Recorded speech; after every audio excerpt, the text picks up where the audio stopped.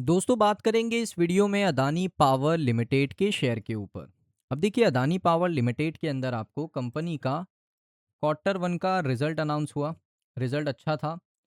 उसके बाद यहाँ पर लोगों के सवाल हैं, तो हम इस वीडियो में क्या करेंगे, नंबर्स तो मैं आपको दिखा चुका हूँ, इस वीडियो में टेक्निकल देखेंगे कि भाई टेक्निकल्स क्या लेवल है। क्योंकि टेक्निकल बहुत अच्छे से काम कर रहे हैं, तो मैं आपको टेक्निकल लेवल्स बताने वाला हूँ वीकली चार्ट्स के ऊपर। वो एक चीज़ें डिस्कस करेंगे। साथ में जो कंपनी का अर्निंग कॉन्फ्रेंस कॉल था, उसके अंदर कंपनी ने एक इम्पॉर्टेंट डिसीजन लिया है, एक टारगेट दिया है अपने बिजनेस को, वो बताऊंगा। और एक केपेक्स अनाउंस किया है। केपेक्स का मतलब होता है कंपनी कितना खर्चा करने वाली है अपनी कंपनी को एक्सपांड करने के लिए, एक्सपांशन के लिए।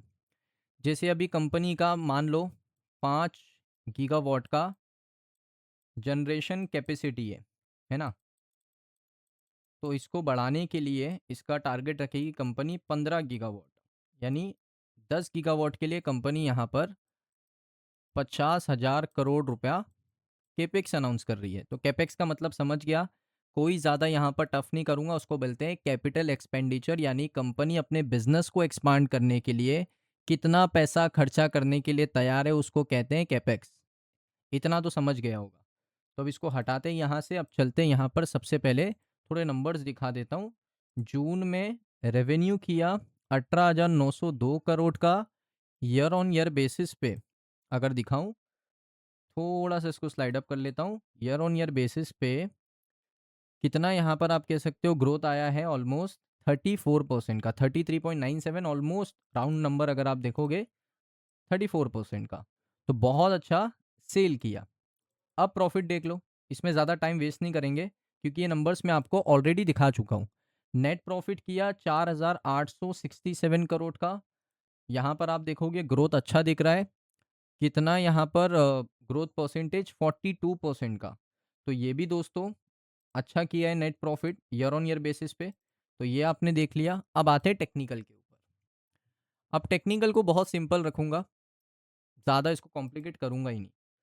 पहले समझो यहाँ पर एक डिमांड जोन बहुत पहले हमने क्रिएट किया था। अगर आप पुरानी वीडियो देखोगे उठाकर, तो हमने डिमांड जोन की बात करी थी अदानी पावर के अंदर। और ये वीकली चार्ट से, कोई डेली चार्ट्स नहीं है, वीकली चार्ट से। यानी यहाँ का जो एक कैंडल है, जो इस तरीके का कैंडल होगा, वो रिप्रेजेंट करेगा एक हफ्ते को। एक हफ्ते में कितने ट्रेडिंग डेज होते हैं, छुट्टी विट्टी हटा दो, वीकेंड हटा दो, Monday Tuesday Wednesday Thursday Friday, यानी ये एक कैंडल 5 दिनों का कैंडल है। अब ये आपको क्लियर हो गया। अब यहाँ पर आप ध्यान से देखो, एक डिमांड जोन है, जहाँ से क्या हुआ, डिमांड जोन कह लो, सपोर्ट कह लो, और ऑर्डर ब्लॉक कह लो, जो कहना है कहो अपनी भाषा में। मैं सपोर्ट कह रहा हूँ क्योंकि मैक्सिमम लोगों को सपोर्ट समझता है। तो एक सपोर्ट लेवल है, सपोर्ट लेवल है, देख सकते हो। यहाँ से सेलिंग हुआ था, सेलिंग होकर यहाँ पर सेलिंग रुका, यानी यहाँ पर मार्केट ने, शेयर ने सपोर्ट लिया। सपोर्ट लेकर यहीं से बाइंग आ गया, ये देख सकते हो।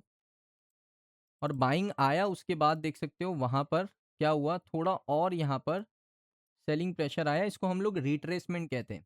और रिट्रेसमेंट को बहुत इजीली आप ढूंढ सकते हो। अगर आपको दिख रहा है कि एक बहुत बड़ा मूव आया है, तो आपको कुछ नहीं करना है, आपको एक फिबोनाची नाम का एक, आप कह सकते हो, रिट्रेसमेंट होगा, उस इंडिकेटर को उठा लेना है। जैसे देखिए फिब रिट्रेसमेंट। अब मुझे पता है कि भाई कहाँ से बाइंग आया है। मैं कहूँगा यहाँ से लेकर एक अच्छा बाइंग यहाँ तक गया था ऑलमोस्ट। तो अब यहाँ पर क्या करना है, फिबोनाची रिट्रेसमेंट मुझे बस इतना बताएगा कि ये रिट्रेसमेंट कितना हो सकता है। अब मैंने यहाँ से लेकर यहाँ तक मार्क तो कर लिया। अब ये जो रिट्रेसमेंट है, ऑलमोस्ट अगर आप देखोगे 50 to 60% रिट्रेसमेंट होता है। यानी जहाँ से मूव आया बड़ा, उसको पूरा मार्क करो। और ये अगर आपको दिखे कि यहाँ पर सपोर्ट ले रहा है, इसको कहते हैं हम लोग 60% का रिट्रेसमेंट। और ये स्टॉक में बहुत अच्छे से काम करता है। 60% का रिट्रेसमेंट अगर ले रहा है, तो यहाँ से एक पुल बैक आ सकता है। और वही चीज़ हुई अदानी पावर में। तो ये आपको यूज़ करना है, बहुत यूज़फुल चीज़ है। अब आपको पता है कि भाई एक रिट्रेसमेंट है। और एक और चीज़, market structure, break of structure, change of character, इस पे थोड़ा फोकस करो। क्योंकि मार्केट पहले था लोअर लो, लोअर हाई, लेकिन मार्केट ने इस लो को ब्रेक नहीं किया। तो यहाँ पर जो स्ट्रक्चर है वो ब्रेक हुआ नहीं। तो अब हमें देखना है कि मार्केट कभी इस हाई को निकालता है, ये हाई यहाँ पर ब्रेक हुआ, इसका मतलब है मार्केट ने अपने कैरेक्टर को चेंज किया, मार्केट ने अपने नेचर को चेंज किया, मार्केट ने अपने स्ट्रक्चर को शिफ्ट किया। इसको आप मार्केट स्ट्रक्चर शिफ्ट भी कह सकते हो, चेंज ऑफ कैरेक्टर भी कह सकते हो। वर्ड्स में कुछ नहीं रखा। यहाँ से मार्केट ने चेंज ऑफ कैरेक्टर किया। अब मार्केट जो लोअर लो लोअर हाई बना रहा था, अब market higher high higher low बना रहा है। ये देखिए, हायर हाई हायर लो। अब यहाँ पर अगर मार्केट को, अब बात करते हैं मेन इंपॉर्टेंट चीज के ऊपर, अब अगर यहाँ पर इस शेयर को नीचे गिरना है तो अपने प्रीवियस लो को अगर ब्रेक करता है तो यहाँ से ये फॉल कर सकता है। अब ये अगर फॉल करेगा, कहाँ जाके रुक सकता है, कहाँ से रिवर्सल आ सकता है, तो दो इंडिकेशन है मेरे पास, दो क्या तीन है। एक सपोर्ट मान लो, इसको ज़्यादा नहीं कहूँगा, सपोर्ट मान लो। एक है भाई मेरा फेयर वैल्यू गैप। अगर ये फेयर वैल्यू गैप पे टैप करता है और एक अच्छा बुलिश एंट्री कैंडल बनाता है, बुलिश एंट्री कैंडल क्या होता है, इस तरीके से कैंडल बना लिया, या एक हैमर बना लिया, बुलिश हैमर बना लिया, या एक बड़े बियरिश के बाद एक बड़ा रेड कैंडल है, उसके बाद एक बड़ा ग्रीन कैंडल बना दिया, इसके ऊपर क्लोजिंग दे दिया, इसको बोलते हैं बुलिश इनगल्फिंग।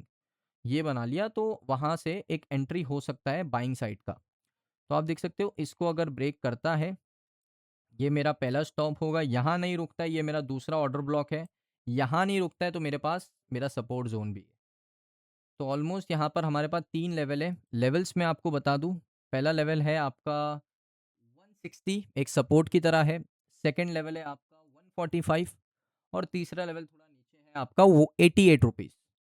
तो मुझे लगता है कि यहीं कहीं से ये दो लेवल के आसपास से ही रिवर्सल करेगा। इसको अगर आप चाहिए तो आप स्क्रीनशॉट ले सकते हो, अपने पास रख सकते हो। इसको मैं कहता हूँ एक फेयर वैल्यू गैप। ये मेरा ऑर्डर ब्लॉक है।